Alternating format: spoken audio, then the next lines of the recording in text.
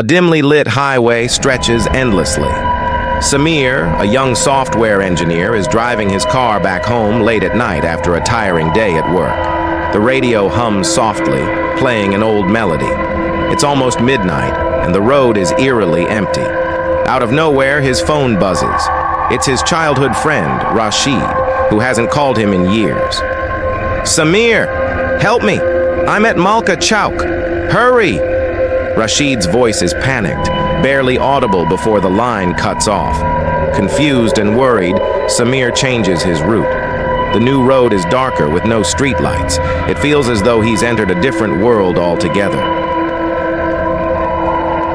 Scene 2, The Lone Hitchhiker. As Samir drives, the fog grows denser. Suddenly, he notices a woman standing by the roadside waving her hand. She's wearing a white sari, her long black hair obscuring her face. Samir debates whether to stop. Against his better judgment, he pulls over. "Miss, aap yahan kya kar rahi hain?" he asks nervously. She doesn't answer but points towards the back seat. Uneasy, he unlocks the door.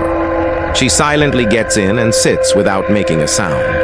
Her chilling aura sends shivers down Samir's spine. As he resumes driving, his rearview mirror suddenly reflects something horrifying. Her eyes glow red, and her face is smeared with blood. Startled, he looks back, but she's gone. His car swerves violently, and he narrowly avoids hitting a tree. Panting, he checks the seat again. It's empty.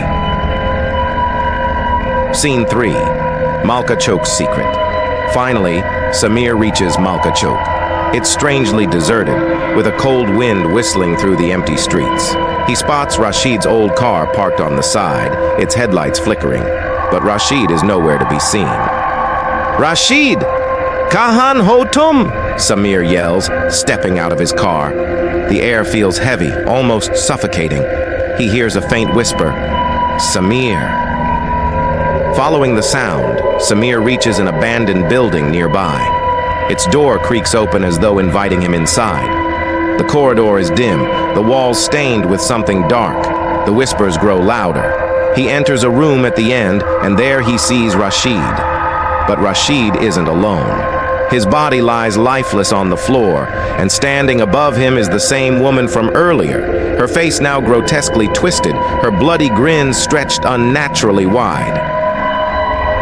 Scene 4, The horror unfolds. The woman lunges at Samir with an inhuman screech. He grabs a wooden plank lying nearby and swings it at her, but it passes through her as though she's made of smoke. Samir runs out of the room, but the corridors twist and change. The exit disappears, leaving him trapped in a never-ending labyrinth. Suddenly, he hears Rashid's voice again. "You shouldn't have come, Samir.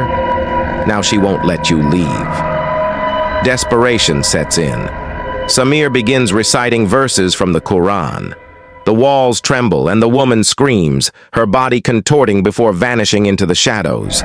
Exhausted, Samir collapses near Rashid's body. Scene 5, The final revelation. When Samir wakes up, it's dawn. The building looks abandoned but ordinary, with no signs of blood or horror.